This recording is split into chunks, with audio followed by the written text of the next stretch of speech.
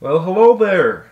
You've reached Firearm Fury. Today, I'm going to be comparing a FNS 40 caliber versus the Glock 35, which is chambered in 40 caliber. My brother with Public Lands Journal is helping me out with this video, so please go check out his channel. I'll have a link in the description below. The top, FNS on the right, Glock on the left.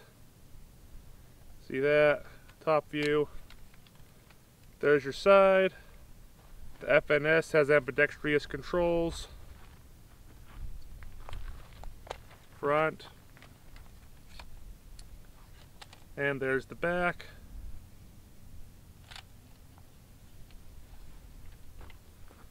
Top, if I haven't done that 3 times already. Yeah. There they are.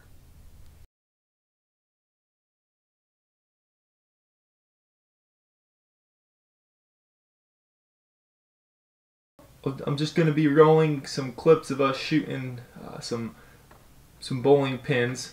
These bowling pins are anywhere from 35 to 70 yards. Now we'll start with the Glock 35. The Glock 35 is Glock's competition 40 caliber pistol.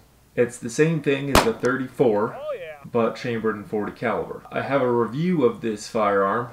I'll have a link in the description and a link up above. The FNS 40 is, or it's just a stock 4-inch barrel 40 caliber pistol by FN, full size. Holds 14 rounds. The Glock holds 15. The FNS also has a 4-inch barrel, whereas the Glock 35 has a 5.3 inch. Obviously, increasing that barrel length, you're going to increase the slide length, sight radius.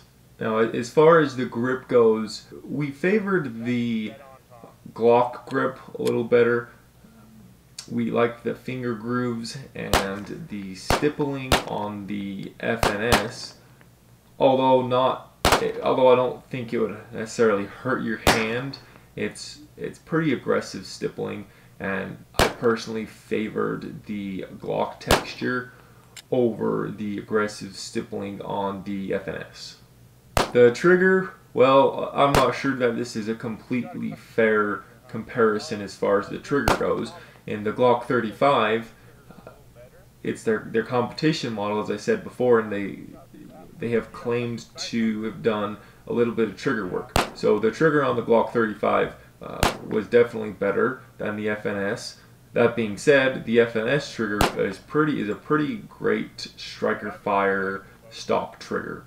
Now, as far as the sights go, on the Glock 35, I do have a blacked out rear and then a front night sight. Now, these are suppressor sights. I really like them. Obviously, I chose to put them on aftermarket, so I did prefer those sights over the FNS sights. But comparing Glock factory sights compared to the FNS sights, obviously it's going to be personal preference, but the FNS sight is a great 3-dot sight, so kind of hard to beat that sight for a factory pistol. Now, the price points. Well, as you can imagine, the Glock 35 does have a bigger price tag than the FNS. Now, keep in mind, during the filming of this video, the firearm industry is crazy, to say the least. So just looking up some prices from the Sportsman's Warehouse website, the Glock 35 is running about $720, whereas the FNS is running about $400. Now, that being said, I'm sure you can get both at a cheaper price under normal circumstances. Now, the Glock 35 comes with the option with an MOS cutout, so you can put a red dot or an optic on the Glock, whereas the FNS, I don't believe it has that option. You could probably have it sent in, and someone could probably make a cutout or something, allowing it to be compatible with an optic. Now, that being said, the FNS is a great gun. Obviously, this isn't complete apples to apples. More apples to apples comparison would be the Glock 22 versus the FNS 40. Now, the differences between the Glock 22, just a 40 caliber full size 4-inch barrel pistol, compared to the Glock 35 is obviously the 4-inch barrel versus the 5.31-inch barrel. That's the main difference. The other difference is there is a cutout in the slide. The slide is obviously longer as well, which is, I feel as though it increases handling of the firearm when recoiling, and just in general it gives it a great balance, I feel.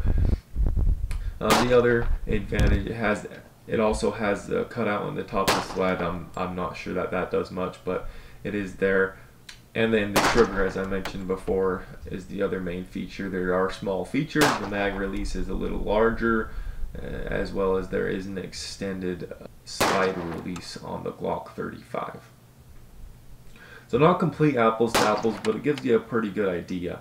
As I mentioned, the trigger was one of the main things that we liked on the Glock 35. Compared to the FNS, the grip, now this is a Gen 4 Glock, which has the finger grooves.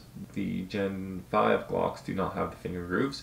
We tend to prefer the finger grooves and the less aggressive stippling on the Glock. But if you do like more aggressive stippling, the FNS may be for you. It is definitely more aggressive stippling, but we prefer the less aggressive stippling and the finger grooves. The FNS does not have finger grooves, as you have seen before. The sights, the factory sights on both of these firearms, I would say they're good sights, especially the FN. I really like that 3-dot sight system. Now, as far as weight goes, they weigh about the same. I think the Glock weighs 0.2 more, which is actually pretty impressive considering it has a almost 1.5-inch barrel length increase compared to the FNS. Overall, I'd take the Glock 35, but as I've said before, it might not be the most fair comparison. The FNS is a great gun. It would be a difficult choice choosing between the Glock 22 and the FNS. The FNS truly is a great firearm, especially for the price point it offers. Before this whole thing happened, I think you could get the FNS for cheaper than the standard Glock, the Glock 22. So definitely something to think about. Say overall, both of these firearms are great. Really enjoyed them. Now, I have been hyping up the scope giveaway. Be watching out for a video next week. I'll have all the details about the scope giveaway. I have a video on these scopes, how they perform. So stay tuned. Thanks for watching. Remember to subscribe and like, and I'll see you next time.